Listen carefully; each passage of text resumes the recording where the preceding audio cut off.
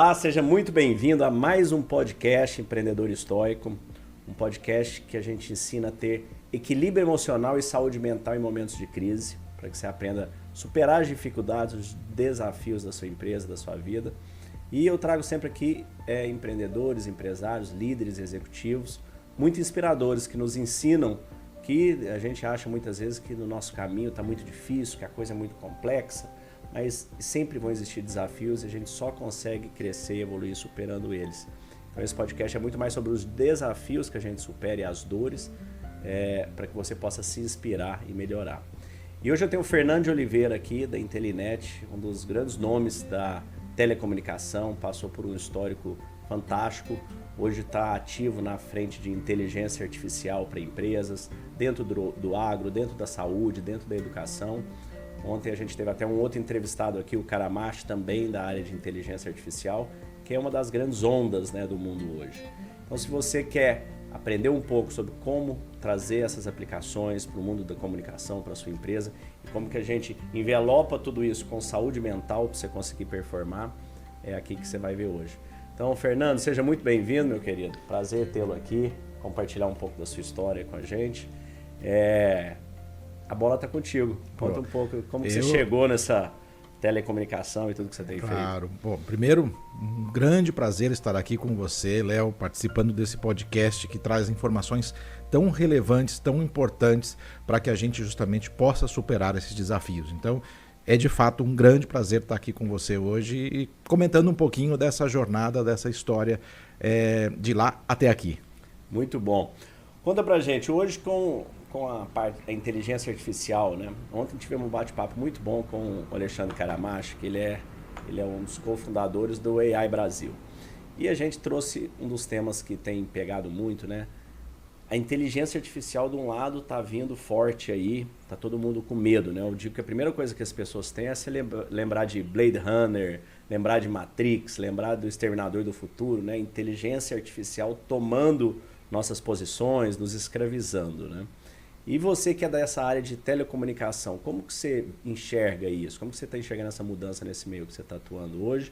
E você conta também como que você chegou até ser especialista nessa área também. Bora lá.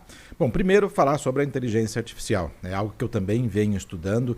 Por muita coincidência, também tenho aí uma proximidade muito forte com Alexandre Karamashi. Sou parte do Conselho Consultivo da AI Brasil, seja fundada por ele e que hoje vem desenvolver um trabalho sensacional de trazer uma inteligência artificial soberana aqui para o Brasil. Por que soberana? Porque acho que parte da guerra nós perdemos. Nós não competiremos com relação às placas, aos chips, que empresas em Taiwan, né? NVIDIA, enfim, várias empresas que dominam e dominarão esse mercado. Da mesma forma, eu acredito que nós também não competiremos com o desenvolvimento dessas soluções.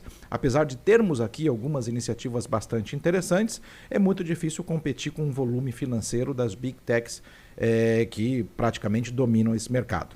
Mas nós podemos sim competir na criatividade. Ou seja, o brasileiro tem uma característica natural de ser criativo, de ser flexível, de ter ginga, né? Ginga é uma palavra muito brasileira, e o desenvolvimento de soluções que façam uso da inteligência artificial podem acontecer aqui de uma maneira muito natural e isso ser levado para o resto do mundo, né? Então eu acredito muito nessa possibilidade e aí vem a questão da inteligência artificial soberana.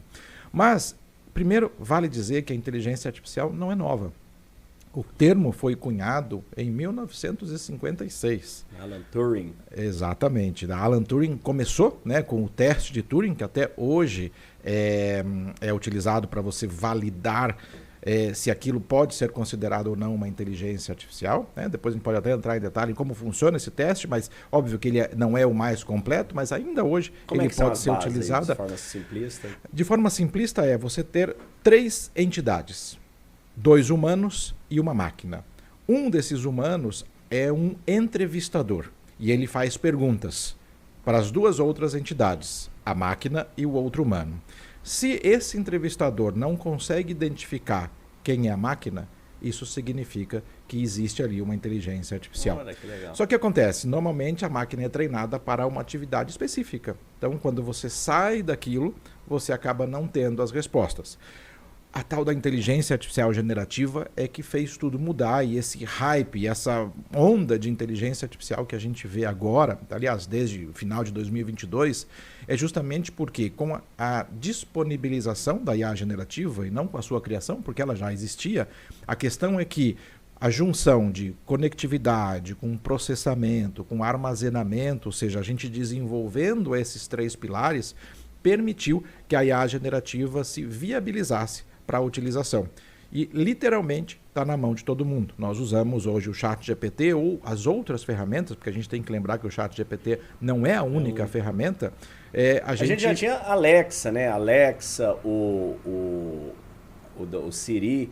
Qual que é a grande diferença? Porque, por exemplo, o Alexa e o Siri, eu acho que eles não são setados para entender o sotaque mineiro. Eu nunca consegui falar com a minha Siri nem com o meu Alexa.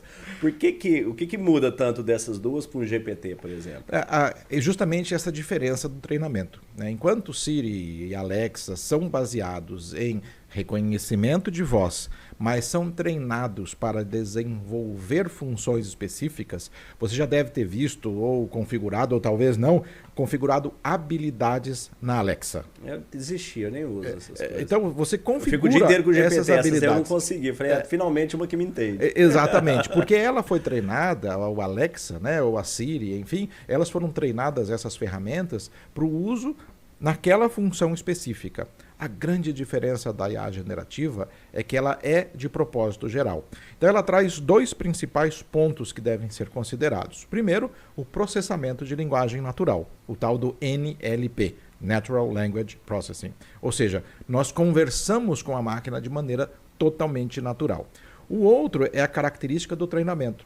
Ela parte de uma fundação que é chamada de Large Language Model, ou modelo grande, modelo amplo de linguagem. Ou seja, ela tem uma característica com bilhões ou até mesmo trilhões de treinamentos. Então ela tem uma amplitude muito maior do que aquela restrição da Alexa ou da Siri, por exemplo. Por isso é que a gente tem tanta dificuldade em falar com a Alexa. Eu já desisti também, às vezes eu perco a paciência com ela. Ela aparece no meio, né? A hora que você nem precisa, ela aparece. Eu não te chamei aqui, principalmente a Siri.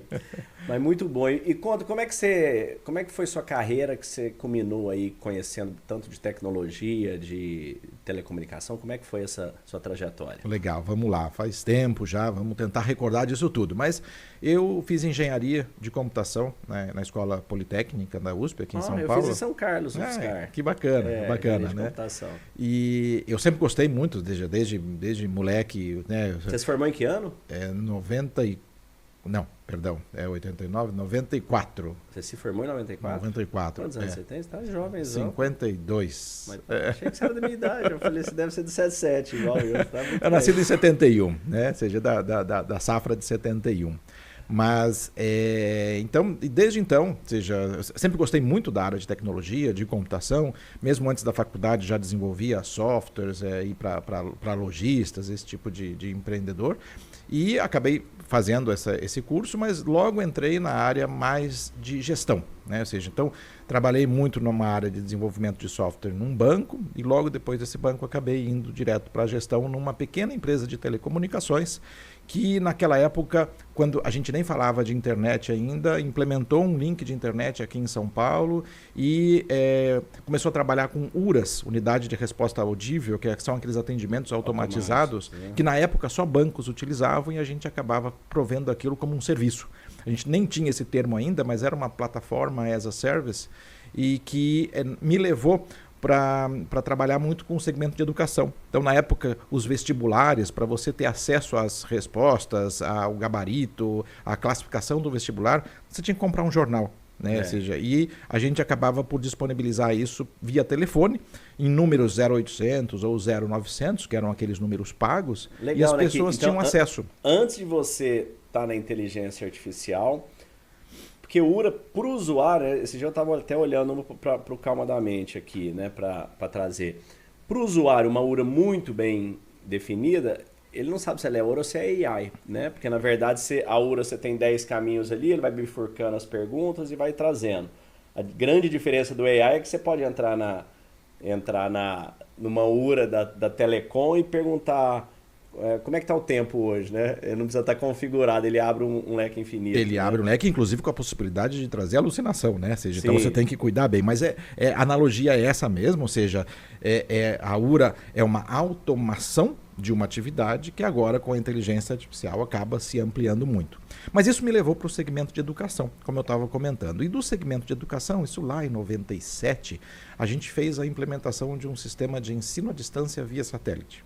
Coisa que é muito comum hoje, mas na época não era uma transmissão de vídeo convencional. Era áudio e vídeo sobre IP com o retorno dos alunos lá na ponta. Então a gente começou a levar treinamento corporativo para, por exemplo, encanadores, que através de um patrocínio de empresas como Tigre, Amanco e outras indústrias da área de construção civil, levavam conteúdo para capacitar esses profissionais, muitas vezes não tinham capacitação nenhuma, nas lojas de material de construção.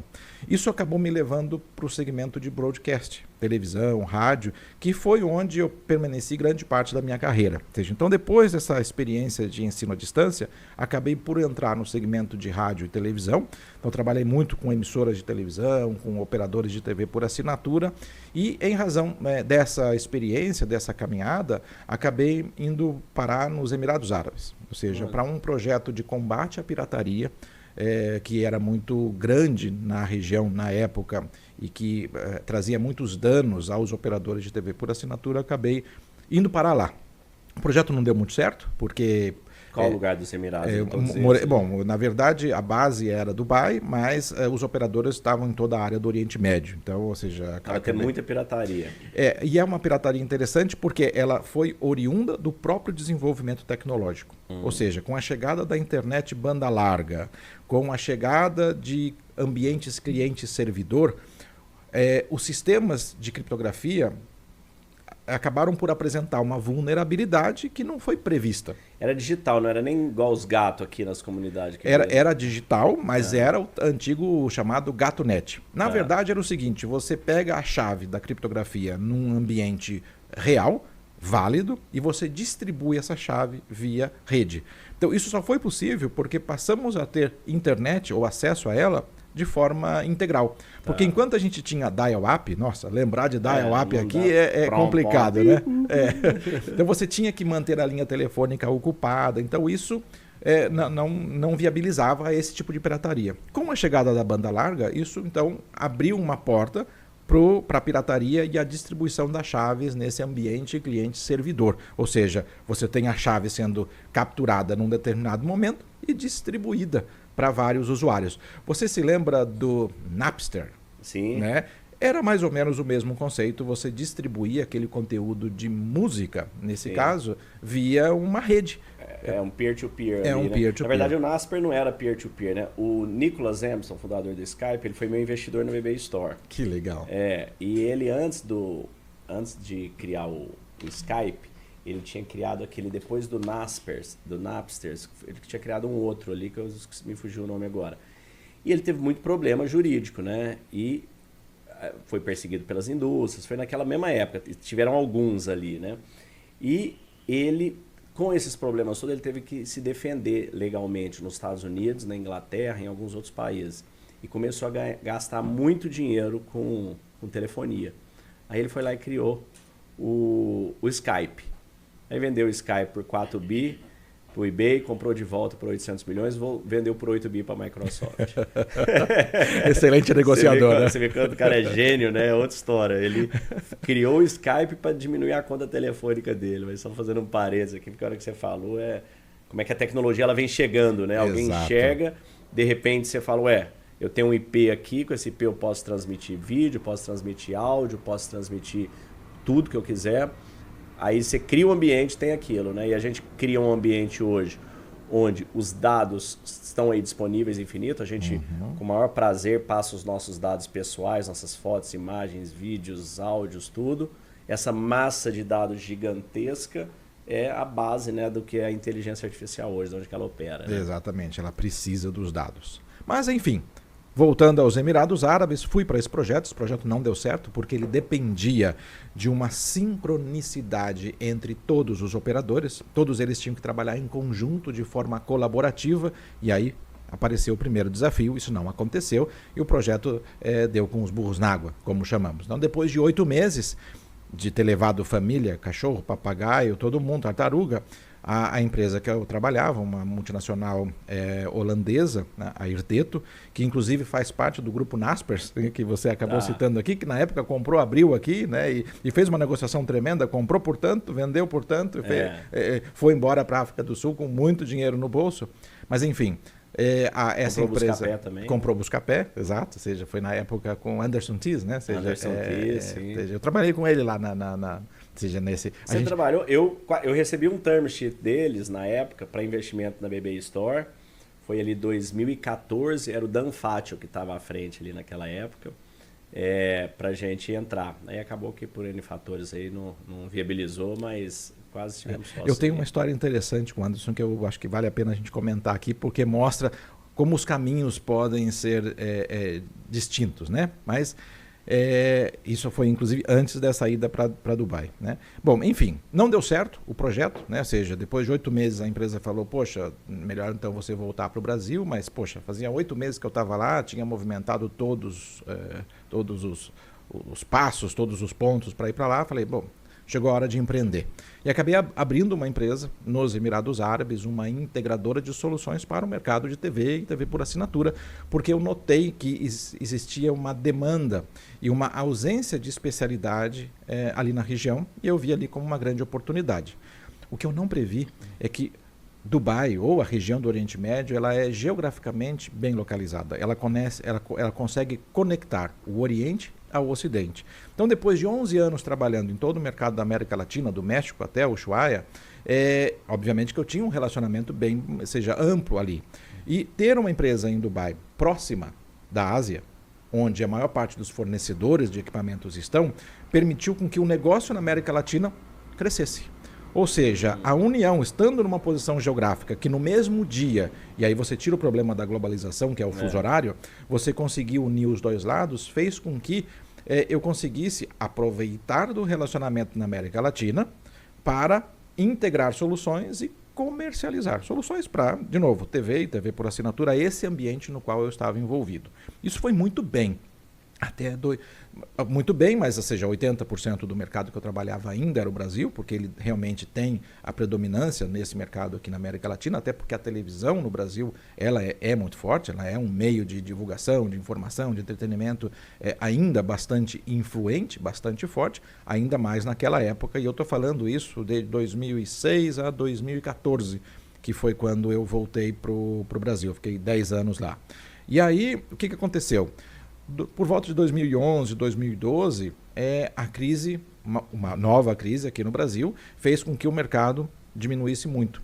E começou a ficar meio proibitivo manter a operação nos Emirados Árabes com o foco para cá. Ou seja, não estava mais se pagando, porque a maior parte da minha receita como empresário era em real, porém o gasto era em dirham, a moeda dos Emirados Árabes, que é atrelada ao dólar.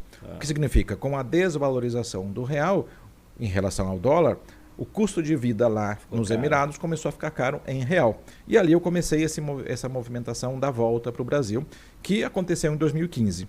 E eu vim para um projeto que foi muito interessante. É um projeto ainda voltado à área de radiodifusão, mas já começando a estar no ramo da conectividade. E o que eu notei ao trabalhar com os operadores de TV por assinatura, principalmente aqui do Brasil, é que eles começaram, eles estavam numa linha de mudança de negócio. Eles eram operadores de TV que começaram a oferecer acesso à internet. O acesso à internet começou a crescer, o acesso à TV começou a diminuir. Quando essas curvas se encontraram, eu vi ali a necessidade de uma mudança do meu negócio, porque o meu negócio estava mudando. Os meus clientes estavam partindo para um outro negócio, uma outra atividade, que não a TV, mas o acesso à internet. Mas eu sempre vi que o acesso à internet seria um commodity. O importante seria o que fazer com essa conectividade. Quais são as aplicações?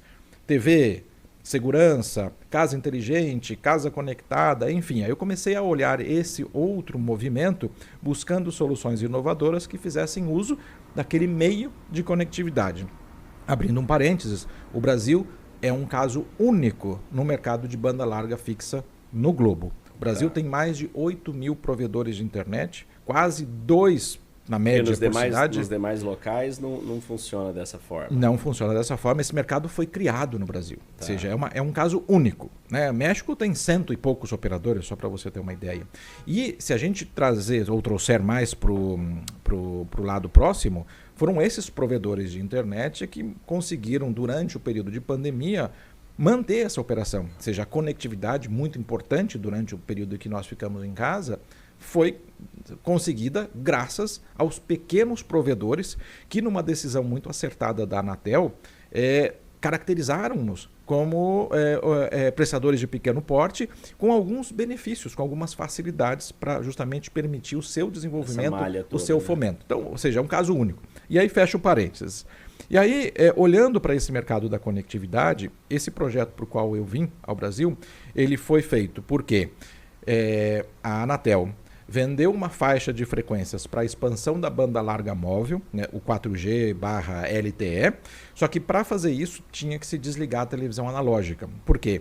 Essa expansão se daria numa faixa de frequências que era até então utilizada pela televisão aberta terrestre. E assim como aconteceu... Teve que sair do ar, porque tinha que liberar uma faixa nova que estava... A faixa de 700 MHz, como é chamada, era do antigo canal da TV, que você sintonizava na TV, do 52 ao 69. Então, essa faixa deixou de pertencer à televisão e passou para banda larga móvel. E não aqui no Brasil, isso foi no mundo. Né? Foi uma normatização. Pegaram as faixas antigas de alta frequência... De baixa frequência. De baixa frequência, é uma faixa muito importante. Uma faixa mais estável, né? Uma latência melhor, uma velocidade melhor e uma cobertura maior. Cobertura maior, né? Então isso tirou um pouquinho do espaço dos canais de televisão e fez com que fosse necessária o desligamento da TV analógica para que os canais pudessem ser reagrupados, remanejados. Só para dar uma ideia, isso foi feito, por exemplo, nos Estados Unidos e lá levou 10 anos. Aqui no Brasil esse projeto levou 5. E foi uma primeira iniciativa, numa decisão também acertada e bastante inovadora da Anatel. Eu costumo dizer que a Anatel, assim como o Bacen, são entidades reguladoras aqui no Brasil que têm uma característica inovadora assim, peculiar. Tá? Então o que eles fizeram? É uma espécie de uma parceria público-privada. Eles fizeram um edital, uma licitação, onde a faixa de 700 MHz foi dividida em 4 blocos, porque eram 4 operadoras nacionais, TIM, Vivo, Claro e Oi. A Oi acabou não entrando e os nossos amigos da Algar acabaram adquirindo essa faixa na sua área de atuação. Ali Uberlândia, Franca. Uberlândia, ou seja, são aqueles municípios que pegam São Paulo, Minas Gerais, um pouco de Mato Grosso do Sul e acho que Goiás também. São 52, 53 municípios. Então, o que aconteceu? Essas 4 operadoras acabaram por adquirir a faixa. Essa faixa foi vendida por 11 bilhões de reais. Existia um trabalho a ser feito, 3 políticas públicas que, num orçamento prévio já calculado pela Anatel, seriam necessários cerca de 3 bilhões de reais. Eu estou aproximando os números aqui para fazer as contas mais fáceis. Tá? O que aconteceu? Dos 11 bilhões, então, as operadoras pagaram 8 para o governo, retiveram 3 e a responsabilidade de criar uma entidade que executaria 3 políticas públicas. Comunicar toda a população que a televisão analógica seria desligada. Segundo, distribuir kits para beneficiários de programas sociais do governo, que em teoria não teriam recurso, não teriam dinheiro para comprar um novo televisor. E o terceiro, remanejar 1000 canais de televisão. Então esse projeto foi para o qual eu voltei ao Brasil e eu fui responsável por esse remanejamento de canais. Por qual companhia nessa época? Nessa época, as 4 operadoras criaram uma associação, a associação chamava-se EAD, que era a Associação Administradora do Processo de Digitalização das TVs. Né? O nome fantasia era Seja Digital. Esse modelo hoje ele foi replicado e escalado para o 5G, eu posso entrar um pouquinho em detalhes daqui a pouquinho, mas o que aconteceu? Então essas 4 operadoras foram responsáveis por criar essa associação. 33% para cada uma das 3 Big e 1% para a Algar. Então essas 4 operadoras eram sócias nessa associação e essa associação tinha a função de executar essas 3 políticas públicas com um orçamento de 3 bilhões de reais. Bom, foi entregue antes do prazo e sobrou metade do dinheiro. Ou seja, foi um processo... É isso, por um negócio do Brasil, né, que esse tipo de coisa envolvendo políticas públicas, geralmente precisa de 10 vezes mais, o tempo é maior, né, você gastou menos tempo e conseguiu economizar metade do recurso. Exato. Bom, Por que eu falo isso? Porque isso deu origem ao que a gente hoje vê com o 5G. O 5G ele foi leiloado no Brasil em 2021. A sua primeira implementação foi em julho, faz quase 2 anos aqui, um pouco mais, né? Em Brasília. E até outubro de 2022, todas as capitais brasileiras tinham 5G. Mas não é qualquer 5G, é o 5G puro. Só para você ter uma ideia, quando todas as 27 capitais, em outubro de 2022, tiveram o sinal ativado, isso dobrou no mundo o número de cidades com o 5G puro. E ainda hoje o Brasil é dominante nessa tecnologia. Caramba, e você estava coordenando, você estava à frente disso aí? Ou seja, aí esse modelo foi um pouco diferente. Ele usou do modelo da Seja Digital. Eu saí da Seja Digital em 2019, acabei indo para Florianópolis. A gente pode entrar em detalhes daqui a pouquinho, porque acho que aí é uma outra história interessante. E em 2021 aconteceu o leilão. Só que como o modelo foi muito similar ao do 4G, quando houve o desligamento da TV analógica, eu obviamente sempre estive muito próximo desse movimento. E qual a diferença? Na verdade, foram 3 grandes diferenças nesse novo leilão. Ele foi desativando o 4G, o 3G? Como é que foi essa troca? Existe um trabalho sendo feito pela Anatel agora para você desativar o 2G e o 3G, porque a tecnologia vai ficando obsoleta e você faz o que eles chamam de refarming. Phase-out ali. Você faz um phase-out e você usa aquela frequência para a expansão do 4G, por exemplo. Então é um trabalho que o mundo inteiro está fazendo e a gente vai ver isso aqui no Brasil. Inclusive está aberta agora uma consulta pública. Isso significa trocando antena, basicamente, com as transmissões. Você vai tirando a antena, um lugar que pegava uma frequência daquela ali, não pega mais. Não pega mais o serviço. Então a gente vê hoje uma maior dificuldade, por exemplo, em 2G. Então o que acontece? 2G é o Edge? Não, o Edge é o 3. O 2G 3. é anterior. Tá. Não, desculpa, é o Edge. É o Edge. É o Edge. Né? 2, 2,5, 3, ou seja, ele foi avançando. Né? Então a gente vê dispositivos hoje como rastreadores veiculares, tornozeleiras eletrônicas, ainda, né? Que usam o 2G e a gente começa a ter uma dificuldade de cobertura. Tem mais cobertura no 4G do que no 2G, por exemplo. Né? Mas é um processo natural de desenvolvimento tecnológico e substituição tecnológica. Mas enfim, no 5G foram 3 importantes ações bastante inovadoras da Anatel. Primeiro, foi um leilão não arrecadatório. Lembra-se do leilão, o outro que eu mencionei, de 11 bilhões de reais, que 8 foram para o governo e 3 foram para políticas públicas? No caso do 5G, o leilão arrecadou 47 bilhões. Só que desses, 42 são políticas públicas. São obrigações que as operadoras têm. Então, ele foi não arrecadatório. O segundo ponto de inovação foi que ele não dividiu o Brasil entre as 3 maiores operadoras.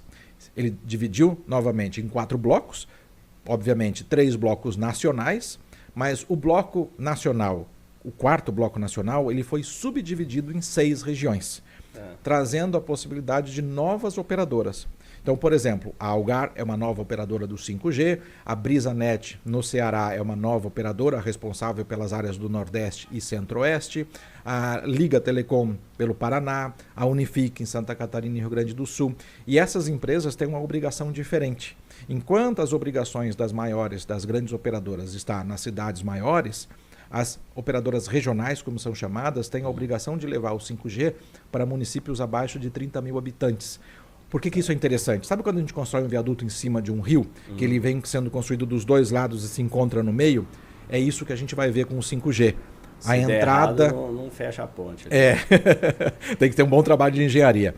Mas o que a gente vê é que, você vai levando o 5G para as grandes cidades ao mesmo tempo em que as pequenas também recebem. Então a tendência é que a gente tenha numa velocidade muito maior do que a gente teve com o 3 ou o 4G, o 5G nas cidades, mesmo cidades pequenas. Então isso é um grande avanço. Legal. Fernando, me fala uma coisa. Quando a gente começa, que a gente pular agora para a fase de inteligência artificial, que agora você também está permeando bastante com esse conhecimento todo aí, com certeza esse é um diferencial enorme, né? Porque a pessoa fala os especialistas em inteligência artificial. A verdade é que são especialistas em várias coisas que estão aprendendo sobre inteligência artificial, porque é tão novo, né, que não dá para saber tanto, até porque de semana em semana já vem coisas novas.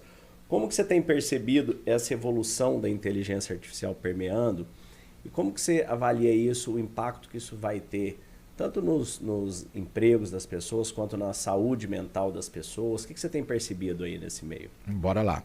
Bom, primeiro, né, não é novo. A inteligência artificial é antiga, ela está, como eu disse, desde 56. O que a gente vê é a chegada da IA generativa por conta daqueles 3 pontos que eu mencionei. Disponibilidade de processamento, conectividade e armazenamento. Então isso viabilizou a IA generativa e o hype que a gente vê hoje é justamente nessa tecnologia. Mas IA é muito mais do que IA generativa, é muito mais do que o ChatGPT. Então a gente sim tem especialistas que trabalham com inteligência artificial há décadas. No meu caso, eu comecei o uso de inteligência artificial para aplicação voltada à segurança pública, o uso de câmeras para reconhecimento facial, reconhecimento de padrões. Tá. Isso é chamado de visão computacional, é um dos campos da inteligência artificial, onde você reconhece padrões num determinado contexto.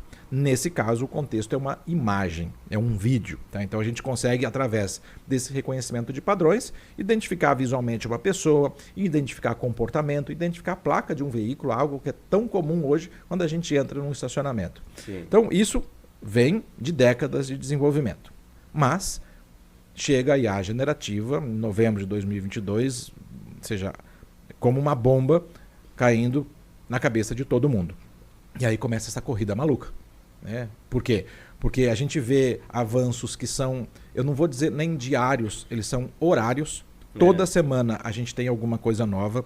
Isso me preocupa com relação à saúde mental, porque a gente acaba, e eu digo isso por experiência própria, porque estando envolvido com isso acaba me afetando também, é essa necessidade de estar conectado, atualizado o tempo todo. Né? Então isso é um termo chamado de FOMO, né? Fear of Missing Out, o medo de ficar de fora, que acaba levando as pessoas a ficar o tempo todo correndo atrás de informação. Isso gera uma ansiedade. E o interessante é que, a hora que a gente fala em inteligência artificial, né? Você passou por essas transformações, eu passei também da nossa idade, década de 70, né? Antigamente você ia falar a telefonia, por exemplo, celular, né? O que nós vamos entrar? Eu sou da área de celular. Ok, o celular é só uma ferramenta, todo mundo tem um celular. Tem gente que ganha bilhões com o celular, tem gente que não ganha nada. Tem gente que está ali pedindo esmola com o celular. Aí depois veio a internet, né? Então, sou da área de internet, vamos fazer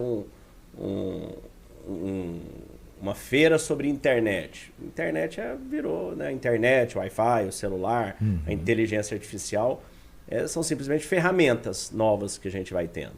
Agora, o que vai advir do uso das ferramentas, né, é que está gerando. Só que eu acho que a inteligência artificial, todas trouxeram uma hype grande também, né? A telefonia celular trouxe, de repente você está em qualquer lugar do mundo, você pode se comunicar, fazer pregão, fechar bolsa.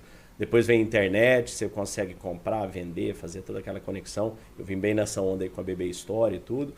E agora a inteligência artificial, eu acho que a grande mudança, eu fico vendo, por exemplo, com meus filhos. Tem 2 meninos, Theo e Lucas, têm 13 anos. Eles têm toda uma questão de...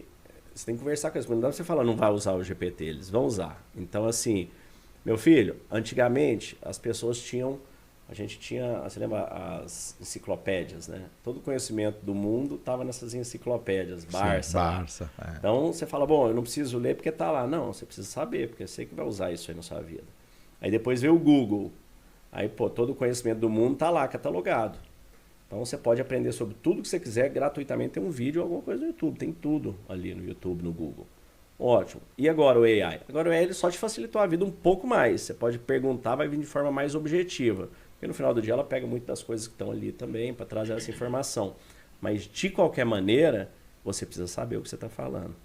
E o que acontece é que a nossa formação neural, né, nossos neurônios, na hora que a gente entra um pouco na neurociência, você tem neurônios, sinapses, e essas sinapses são áreas físicas que estão ali se conectando, criando memórias, conhecimento, toda aquela nossa... Tá ali, igual um chipzinho, tem uma areazinha dela ali. E na medida que as crianças, que as pessoas, os adultos também, você começa a usar todo esse conhecimento de forma muito descartável, você não estuda, você não anota. A hora que você anota alguma coisa, você está tendo uma conexão neural para anotar. É diferente de digitar, por exemplo. Eu adoro digitar, eu só digito, minha letra é muito ruim. Mas depois eu fui descobrir, falei, poxa, se você anota também, você está tendo 2 estímulos, você está reforçando ainda mais. Agora essas crianças, está todo mundo vivendo num TikTok, a cada videozinho de 10, 15 segundos, totalmente desconectados. Então eu acho que na hora que a gente traz essa inteligência artificial para esse momento de preguiça mental, vamos chamar assim, das pessoas, eu acho que isso é algo que pode ter um impacto muito grande. Porque a gente já teve pesquisas que essa geração está vindo menos inteligente do que a nossa anterior. Porque eles estão tendo menos estímulos, o vocabulário deles está menor, né? Você pega de 40 mil palavras usadas, eles estão usando menos. Hoje em dia as pessoas respondem, e aí, como é que foi seu dia? Não sei o quê. S, né? Virou um sim. Sim. Então, como é que você vê essa mudança aí? Como é que você vê isso me preocupa. Eu acho que a maneira rasa como a gente trata esse conteúdo, como a gente gera conteúdo agora é muito negativa. Porque o que acontece? Né? Ou seja, a gente vem discutindo isso inclusive há algum tempo. A geração de conteúdo passou a ser automatizada com ferramentas de IA generativa. É errado fazer isso? Não considero que seja errado, mas depender da IA generativa para que você gere conteúdo, eu acho que sim. Ele pode ser um copiloto, um apoiador para que aquilo seja feito de forma mais rápida, para que você tenha ideias que te ajude na criação, mas não responsável pela criação. O fato de deixarmos para a inteligência artificial a geração desse conteúdo, na minha visão, pode provocar um envenenamento no que a gente vai fazer. Vou explicar. A IA generativa, ela usou principalmente de dados e de informações disponíveis na internet para ser treinada. E ela é o tempo todo retroalimentada e retreinada a partir das informações que continuam na internet. Sim. Só que nós, pelo fato de alimentarmos a internet com conteúdo que muitas vezes, gerado por inteligência artificial, pode conter erros, a gente começa a treinar a inteligência artificial com algo que está errado. Acho que além do erro ainda tem um viés, né? Exato, sem Porque dúvida. Porque nós estamos todos hoje, a gente falou bastante disso, nós estamos todos hoje vivendo dentro de uma bolha. Então a minha bolha, a hora que eu entro no meu Instagram, eu gosto de ver coisas sobre filosofia, universo, saúde mental, não sei o quê. Esse é meu mundo. Eu não vejo nada além disso, porque a ferramenta só vai me passando isso, coisas relacionadas a isso, física e tal. Aí tem uma pessoa que gosta muito de política, de esquerda. Aí ela só vai ver coisa de política de esquerda. O outro gosta de política de direita. O outro gosta só de futebol. Então nós estamos vivendo todo mundo dentro de umas próprias microbolhas de conhecimento. Exato. Né? Criadas pela própria inteligência artificial, que exato. Nos seus algoritmos, entendendo as suas vontades, os seus desejos, os assuntos que te interessam, acaba por direcionar para você apenas aquele conteúdo. E isso tira a diversidade. Se limita tira bastante, a amplitude dos assuntos que a gente acaba tendo acesso. Porque nós deixamos de ser ativos, proativos, e somos reativos. A gente espera o conteúdo chegar. Né? Ou seja, então a gente acessa uma rede social, uma plataforma, e o conteúdo vem para a gente. E sim, eu vejo com preocupação essa questão dos vídeos curtos, que trazem muitas vezes pouco conteúdo. Então, uma preocupação. Eu tenho também duas filhas pequenas. Eu tenho um menino do primeiro casamento, 19 anos, e duas meninas do segundo casamento, de 2 e 4. Então, eu tenho algumas gerações, né? Geração Z, geração Alfa. Na de 2 e 4, nas duas, eu vejo um avanço, pelo menos por enquanto, em algo que está sendo criado. Então, acho que a própria natureza talvez está se incumbindo de tentar solucionar esse problema. Elas já são mais ativas, elas já são mais proativas, mais questionadoras. Né? Então, eu acho isso bem interessante. Diferente da geração Z, que é o que a gente vê agora. Mas a Alfa talvez venha com alguma... A Alfa é de que data? É a que vai até 10 anos agora. Tá. Né, que seja até de 2014 para cá. O que eu tenho percebido bastante? São dados, na verdade, né, que eu tenho percebido. Hoje nós temos uma questão muito grave na sociedade, uma pandemia muito maior do que o Covid, que é a pandemia relacionada a problemas de saúde mental. A gente pega na população mundial, em torno de 28% sofrem de depressão ou ansiedade, níveis graves. 1/3 dos trabalhadores estão sofrendo de burnout. Crianças até 17 anos chega a quase 50% o nível de ansiedade. Então o que acontece? Quando a gente começa a ver isso, as empresas, em torno de 35% da folha, segundo a Deloitte, do valor de folha da empresa é jogado no lixo por questões relacionadas à saúde mental. Aí nós estamos falando de quê? Presenteísmo. A pessoa está lá, mas não está fazendo nada. Absenteísmo. A pessoa não está lá, porque está pedindo folga, tá com burnout, está com ansiedade, não está participando. Turnover, desconexão de propósito, de valores. Então nós estamos passando por uma mudança de paradigma nesse sentido muito grande. Esse excesso de informação, isso tem trazido esses problemas muito graves. E eu, dentro do treinamento da Calma da Mente, eu levei isso para o BOPES, Forças Especiais da Polícia aqui em São Paulo, para inúmeras empresas, Endeavor, IPO, e em todas é o mesmo diagnóstico. A hora que a gente vai olhar, você pensa o seguinte, Fernando, imagina o que está acontecendo nas nossas empresas. A gente tem, eu digo que os líderes, né, são os anfitriões da casa, são os anfitriões da festa. Se você vai na festa na casa de alguém, ela é tão boa quanto o ânimo do anfitrião, concorda? Se o anfitrião está animado, ela é boa, senão não está. Aí você imagina o seguinte, nós somos anfitriões das nossas empresas, dos nossos departamentos e tudo. Você, num dia que você está bem, que você acorda, que você está naquele dia que você fala, Léo, eu estou muito fera hoje eu produzi pra caramba, fiz tudo, você produz 100 unidades produtivas no seu ápice. Quando você está mal, quanto que você produz isso aí, Fernando? Uma fração. 10%, 20%, negativo, às vezes, né, é melhor nem ir na empresa, porque a energia já... Então, o que acontece? Você acha que nós, como líderes, estamos melhores ou pior que nossos liderados? Mentalmente falando, cognitivamente falando, economicamente falando. Nós estamos melhor. E se você não está bem o suficiente, se você olha para você e fala, cara, eu não estou conseguindo fazer as coisas. Você acha que seu time vai entregar? Ele não vai entregar. Ele não vai estar conseguindo fazer. O vendedor não vai estar conseguindo dar um sorriso na hora de vender, mesmo que pelo telefone. O atendimento não vai estar conseguindo dar aquela estamina, aquela vontade, aquela animada. Então a gente começa a ter problemas graves dentro das empresas, dentro de casa. E eu trouxe isso tudo aí, eu chamo de roda da aflição. E ela funciona da seguinte maneira. Por que nós estamos vivendo isso aí? Você imagina que nós temos 2 estágios básicos de vida do nosso corpo. Nós temos o estado de defesa e temos o estado de criação. São esses 2 estados, igual um país. Você imagina um país, ele pode estar em guerra, tem o Ministério da Defesa tocando ele, ou o país está em paz, está desenvolvendo e criando. Imagina isso aí. O que acontece? Quando o país está em guerra, tem um general ali tocando. Então nós temos esse general chama amígdala dentro do nosso cérebro. E quando você está em crescimento e desenvolvimento, ele chama córtex frontal, é uma outra parte do cérebro. Sim. Esse é um primeiro conceito. A hora que você pega um segundo conceito, que é o seguinte, tudo que a gente vive, tudo que a gente já viveu e vai viver, tudo que a gente tem é o momento presente.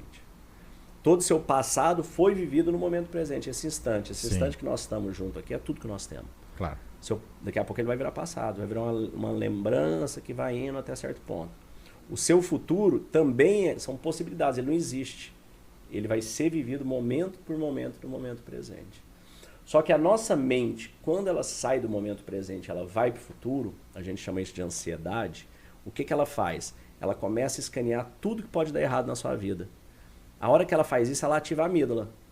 Guerra, lutar ou fugir. Então, o que pode dar errado? Finanças, relacionamento, saúde, várias coisas podem dar errado. Ela ativa a amígdala. Enche seu corpo de cortisol, adrenalina, noradrenalina. Para quê? Para você lutar ou fugir. Antigamente isso era extremamente útil, né? Porque você tinha ali atacado por um animal, atacado por alguma coisa, você tinha que lutar ou fugir. Sim. Só que hoje, o que são suas ameaças? É um boleto que está vencendo grande, é uma conta do cartão que você não tem dinheiro para pagar, é uma conversa difícil com o fornecedor, com o cliente, colaborador, é a Venezuela, é a Ucrânia, é o Covid. São essas coisas psicológicas, basicamente. E como é que você foge de um boleto? Como é que você foge daquela conversa difícil em casa? Você não tem como fugir. Só que seu corpo está entupido de hormônio, de cima e embaixo. Aí você vai para a fase 2, né? Mente no futuro, medos paralisantes, você trava. Porque a hora que você está em momento de luta, de defesa, você não tem como criar. Imagina se você está sendo atacado por um tigre, você vai falar, vou fazer uma poesia, deixa eu pensar no meu to-do. Mas não, meu amigo, contrai pupila, acelera o coração, desce o sangue do corpo para as pernas, dá aquele frio na barriga, você fica pronto para fugir ou lutar.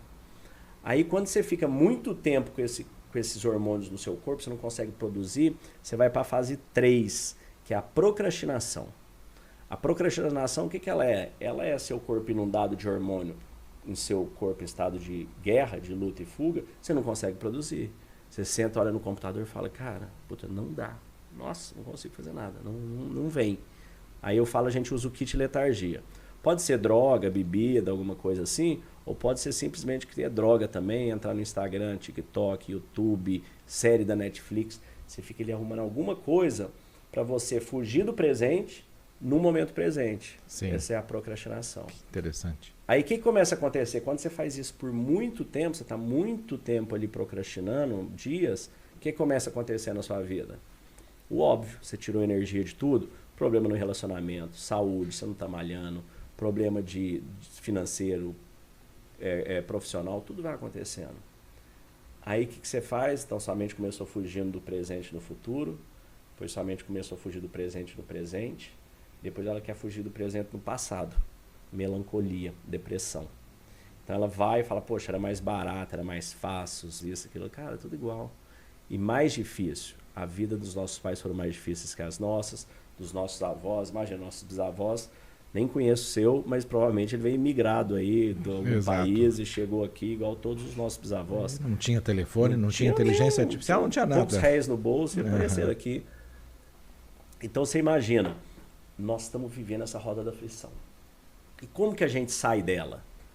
A gente tem que tirar do córtex produzindo cortisol, e tirar da amígdala produzindo cortisol e levar para o córtex produzindo dopamina e oxitocina.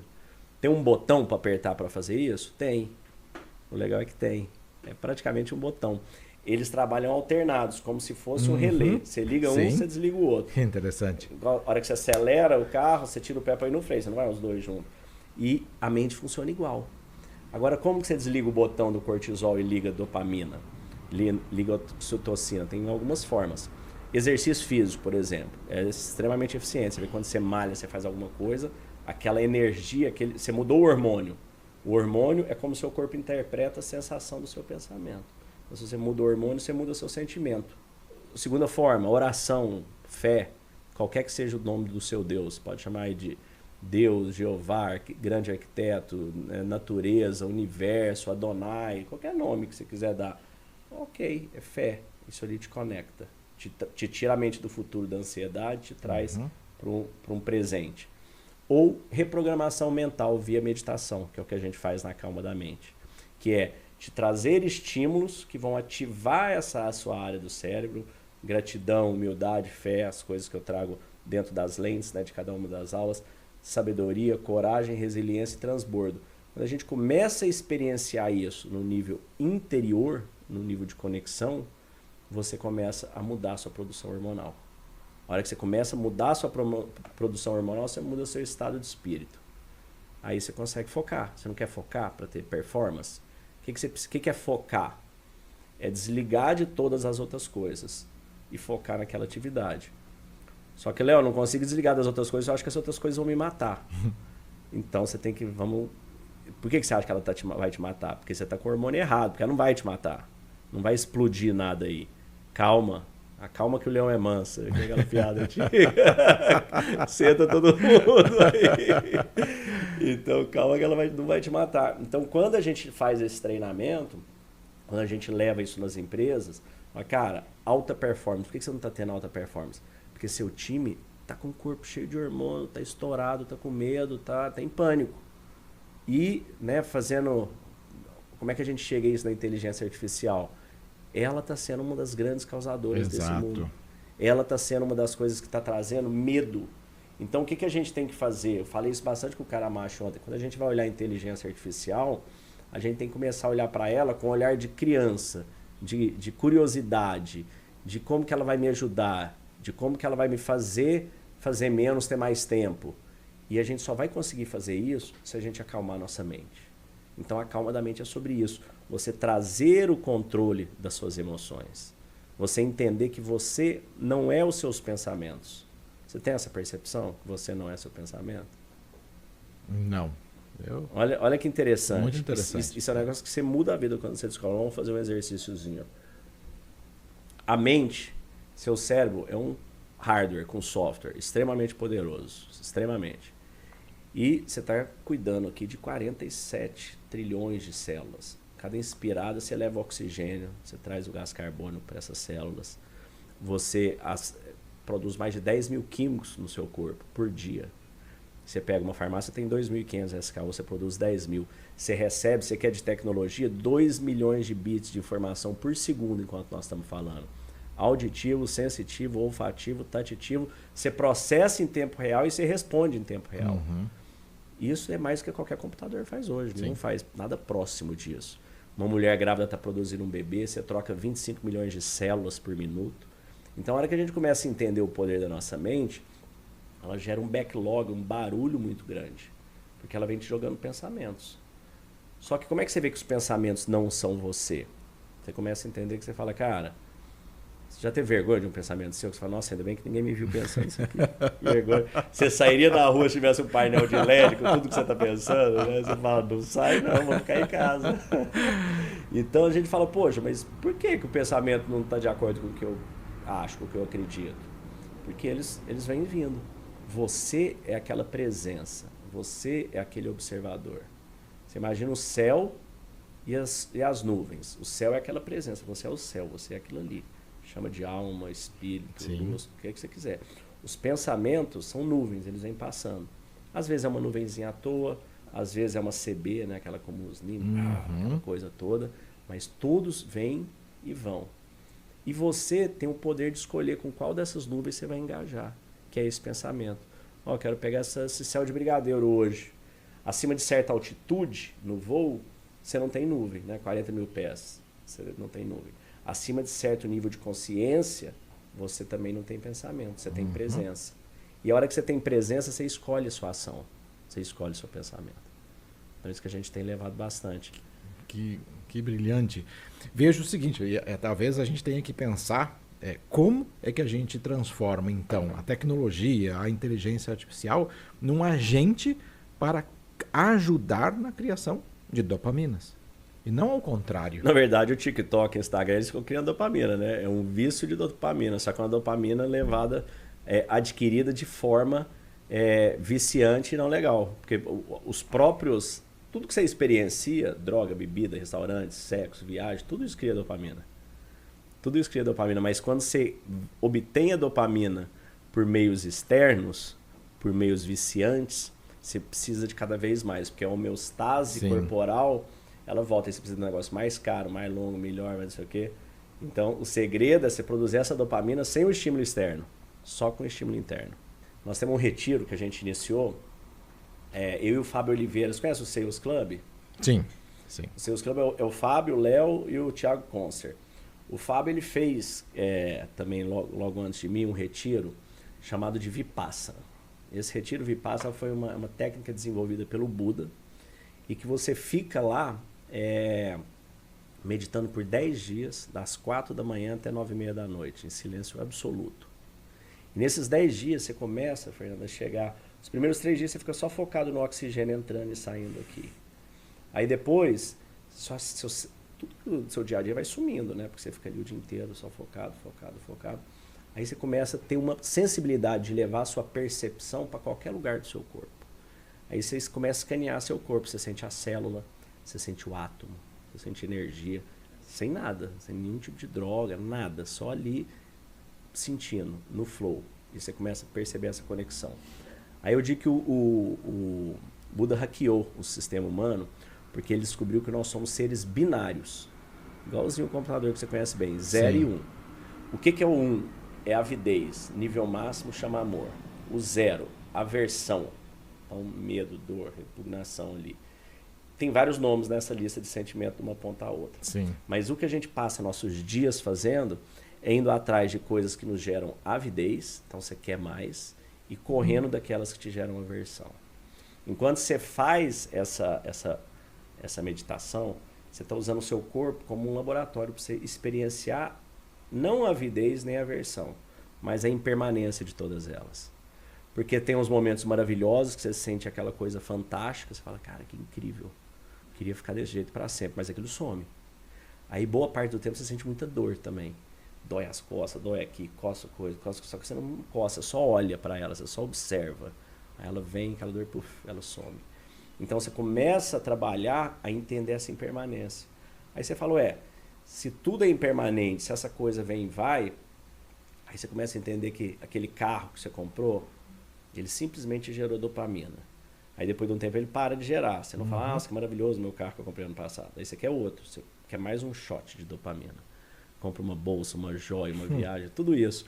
Então quando a gente começa a entender que essas questões externas são simplesmente formas de gerar uma sensação interna, aí a próxima pergunta que vem, eu consigo gerar aí um sem o outro? Sim. E é o que a gente faz dentro da imersão Above and Beyond, que a gente vai fazer agora, que a gente tem feito dentro do treinamento da calma da mente nas empresas, é trazer essa percepção de que, cara, você tem esse computador fantástico dentro de você, muito maior do que qualquer inteligência artificial. Tudo que você quer na sua vida. O que você mais quer na sua vida hoje? Qual que você fala, Léo, uma coisa que eu quero na minha vida? Felicidade. Felicidade. Né? É isso aí. Você quer ter felicidade. É possível ter felicidade sem ter calma? Sem ter paz? Não. Então você precisa, os blocos de construção da felicidade, dessa conexão, eles passam, você precisa ter calma da mente, você precisa ter paz interior, você precisa ter conexão com Deus, com o universo, como você queira chamar. Então, só que as pessoas estão cada vez mais fugindo para o outro lado. Sim. Então, cada vez mais tem uma manada correndo para o lado da dor, do medo, da ansiedade, cortisol para um lado. Fala, cara, não, vai para ali, ó, é ali que está a coisa. Então, o que a gente tem feito bastante é trabalhar para levar isso para as pessoas. Que as coisas vão continuar acontecendo. Você não controla nada externo. Ali, quando a gente traz a dicotomia do controle, tem as coisas que você controla e as coisas que você não controla. Você controla como você age, como você reage, como você pensa, como você se sente. Você não controla nada exterior a isso. Sim. Então, trabalha no que você controla, porque vai ter AI, vai ter não sei o quê, vai ter robô voando daqui a pouco, vai ter de tudo. Mas você não tem como controlar isso, mas tem como controlar como você vai reagir a tudo isso. Você, comentou do 0 e do 1, né? Hoje, nós podemos ser 0 e 1 ao mesmo tempo? 0 e 1 é neutro, né? O meio do 0 e 1? Não, ou seja, eu sou 0 e sou 1 ao mesmo tempo. Eu estou no ápice, mas também estou na dor. Ou seja, porque essa é a teoria da computação quântica. Sim, né? os dois estados. São dois estados. Você tá observando ali, né? Que estado de observação que você tá. Eu tava até, logo antes de você chegar, passou no meu feed ali sobre o gato de Schrödinger, né? Sim. O martelo com o átomo quântico, né? Você observa, o gato tá morto ou vivo ali. Eu diria que, nesse caso, é uma pergunta profunda, mas nesse caso eu não sei, porque você pode estar 0 em vários aspectos e pode estar 1 em vários aspectos. Então você pode estar no momento de relacionamento, onde você está 1, você está ótimo, você está com avidez, você está gerando sentimentos bons. No seu profissional você não está. Você pode estar 1 no seu problema de saúde, na sua saúde, e pode estar 0 em alguma outra questão. Então, os nossos vieses de 0 e 1, de avidez e de aversão, eles são para vários aspectos da nossa vida. Sim. Quando a gente vai fazer, por exemplo, análise para entrar na empresa, que a gente dá os KPIs de evolução depois do nosso treinamento. O que a gente faz? A gente mede uma roda da vida estoica, que eu chamo. Ela tem 12 pontos. De 1 a 12, como que você se sente hoje? De 1 a 10. Como que você se sente hoje com relação à sua saúde emocional, à sua satisfação? Como é que você está se sentindo hoje? Como é que você está se sentindo em relação ao seu nível de conhecimento, de aprendizado? Você tem evoluído? Como que você está se sentindo de 1 a 10 em relação aos seus vícios? Você tem fumado, bebido, açúcar, porcariada? Como é que você está se sentindo com relação amorosa? Relacionamentos, né? Como é que você está se sentindo em relação a amigos, família, profissional, finanças? Então a gente mede 12 pontos, você se auto-pontua. Depois disso, ao longo do treinamento, você escolhe 3, eu chamo de MVP. Peguei a sigla da Meta de Vida Plena. Você vai fazer uma espécie de um OKR pessoal. Então você vai selecionar ao longo do treinamento 3 pontos que você quer modificar. Então com esses 3 pontos, fala, Léo, eu quero ficar mais saudável, perder peso, eu quero juntar dinheiro, eu quero ser um pai melhor. Então você vai Com base nisso, você vai quebrar aquilo em ações que você precisa ter, porque tem que ser mensuráveis. Você quebra aquelas ações e a gente dá um programa para você bater essas metas, para você transformar aquilo ali no hábito e colocar aquilo no dia a dia. Aí você começa a trazer esse 0 e 1 mais para 1 em várias frentes. Porque a nossa vida é um apanhado de pontos, né? A gente não tem só um ponto para resolver. E a palavra hábito, né? Acho que é muito forte. Ou seja, é como você comentou, Léo, criar o hábito. E o hábito é o que acaba nos movendo. O hábito, né? O que é o hábito? Eu digo que toda criação ela tem 3 fases: pensamento, palavra e ação. Tudo que se inicia, esse celular, ele foi inicialmente pensado ali pelo Steve Jobs, ele capturou isso aí no mundo das ideias, ele transformou isso em palavra, projeto, plano, ele foi fazendo aquilo. Da palavra, a palavra já é mais forte. A palavra você cria casamento, guerra, você faz um projeto da sua casa, que hoje está na sua cabeça, ela começa a ser materializada. Eu posso pegar esse projeto e construir sua casa. Aí depois da palavra vem a ação. Então, criação vem de criar ação. E você cria ação, você inicia no pensamento. Uhum. Então, se você quer fazer qualquer mudança na sua vida, você fala, Léo, eu quero mudar meus hábitos, eu quero ficar em forma, eu quero perder peso, eu quero ganhar dinheiro, eu quero abrir uma empresa nova. Qualquer coisa que você quiser fazer, inicia no pensamento. Uhum. A hora que você inicia esse pensamento, ele vai determinar as suas ações. As suas ações vão determinar suas experiências. Experiências vão gerar hormônios no seu corpo, positivos ou negativos, que vão... É como seu corpo sente a sua ação, através da experiência. Aí você quer repetir essa ação. O que é repetir a ação várias vezes? É um hábito. E o que muda fisiologicamente quando a gente repete uma ação? Se você veio para cá, você pegou um caminho para sua casa que você não conhecia para cá hoje. Você veio ele. Se você não fizer ele mais, você esquece. Agora, se você todo dia fazer, você começa a ter conexões neurais apropriadas para aquilo. Se você não joga tênis, você não tem nada relativo ao tênis na sua cabeça. A hora que você pegar a raquete a primeira vez, vai ter algumas conexões.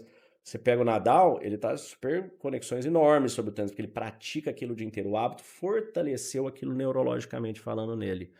Então, a hora que você pega pensamento, palavra, ação, repetição, hábito. A hora que você pega uma coleção de hábitos, você está formando seu caráter. Então, se você tem hábitos de acordar cedo para se exercitar, de não beber álcool, de comer comidas saudáveis, você está formando um caráter relativo a ter uma boa saúde. Esse caráter seu tem uma grande influência no seu meio. Porque se você está fazendo esse tipo de atividades, você vai querer estar próximo de pessoas que fazem. Sim. Porque não dá para você fazer isso com quem está todo dia indo para balada, bebendo, fumando, usando drogas. Não tem como. Então isso está determinando o seu caráter, isso vai determinar seu destino. Então perceba que tudo iniciou no pensamento. Agora, se você quer mudar qualquer coisa na sua vida, você tem que mudar seu pensamento. Para mudar seu pensamento, você precisa entender que seu pensamento não é você e que você tem controle sobre ele. Então, o que a gente faz no treinamento é voltar ali atrás, falar, cara, fecha os olhos, olha para o seu pensamento. Começa a controlar, começa a sentir. Começa a entender que a hora que você acorda, que você está dirigindo e você está bem, aí você cruza uma avenida X e de repente você está mal. Você fala, cara, o que aconteceu? Eu estava bem até agora. Da onde que veio essa ansiedade? Essa ansiedade veio de um pensamento que surgiu. Às vezes você cruzou um outdoor, naquele outdoor você viu a marca Omo, que te remeteu a marca não sei o quê, que é de um cliente seu, que você não recebeu coisa, que você não sabe se ele vai continuar, e seu cérebro fez essas conexões, já foi para o futuro, gerou ansiedade, te jogou cortisol. Então, em poucos segundos você estava bem, você não está mais bem. Aí você fala, nossa, vem aquela angústia. E muitas vezes, se você não estiver atento, você não sabe nem por que ela veio. Sim. Então, tudo isso é sobre treinar. Eu falo que mente forte não é sorte, é treino. Então, a gente tem que começar a treinar a nossa mente para ter essa resiliência. Sensacional. Mente forte não é sorte. E para a gente ter pensamentos controlados, a gente precisa ter a nossa mente calma, eu entendo. Exato. Sensacional. Então é isso. Acho que nós estamos chegando ao final. Eu queria que você deixasse uma mensagem, né, da tecnologia, da inteligência artificial, tudo que a gente comentou. Como é que você vê esse nosso futuro aí nos próximos anos? Depois dessa aula que eu tive com você, Léo, eu vejo que a gente tem que olhar para a tecnologia não como algo que vai nos dominar ou que nós buscaremos a sua dominância, e sim como apenas um meio, uma ferramenta para que a gente viva melhor. E o segredo está nisso, ou seja, como a gente entrega, como a gente enxerga naquilo, algo que vai nos fazer melhores e ter uma vida mais calma, mais tranquila. Livro que você... Fazer 3 perguntas rápidas para você passar. Um livro que você indica para as pessoas?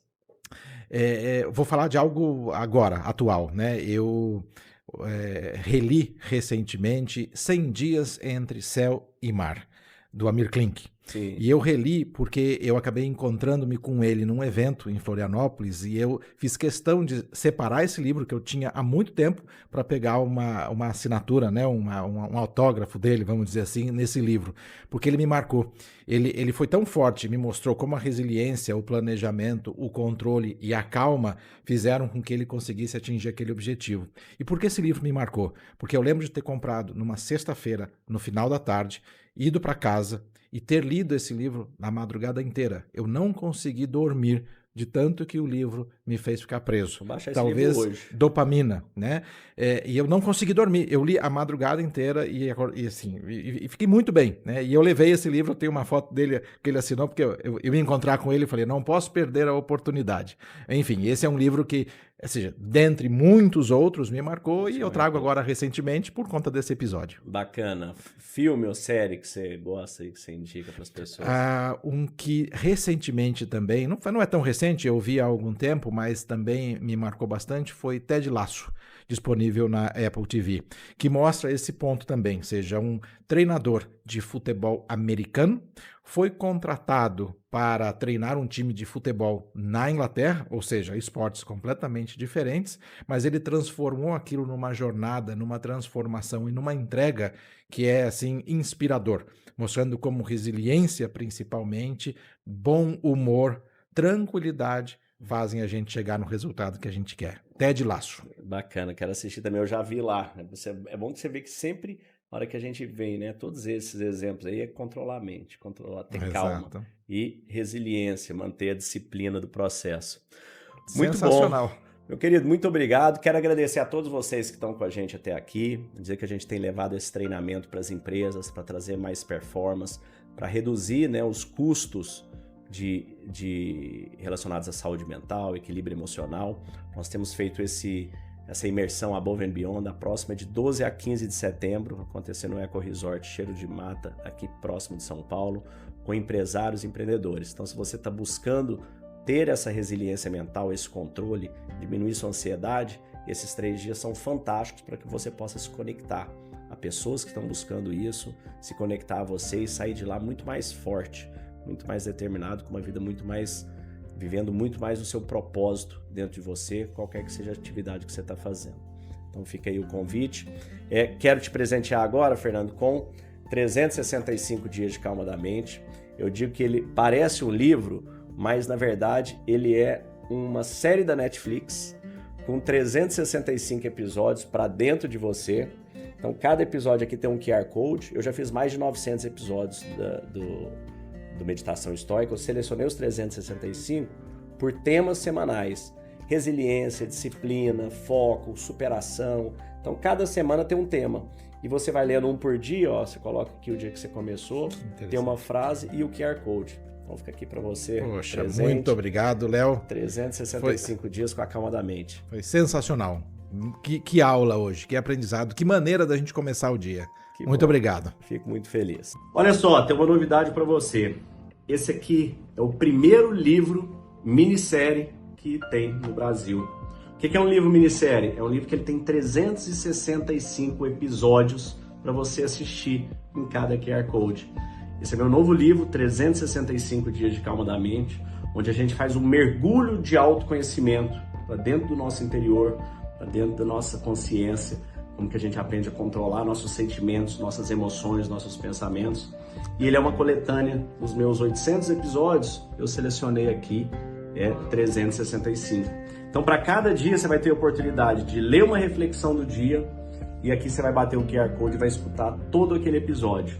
O livro está dividido em 52 semanas e em cada semana a gente explora um dos temas. Então você tem desde gratidão, sabedoria, disciplina, como superar dificuldades, autocontrole, como vencer, como liderar.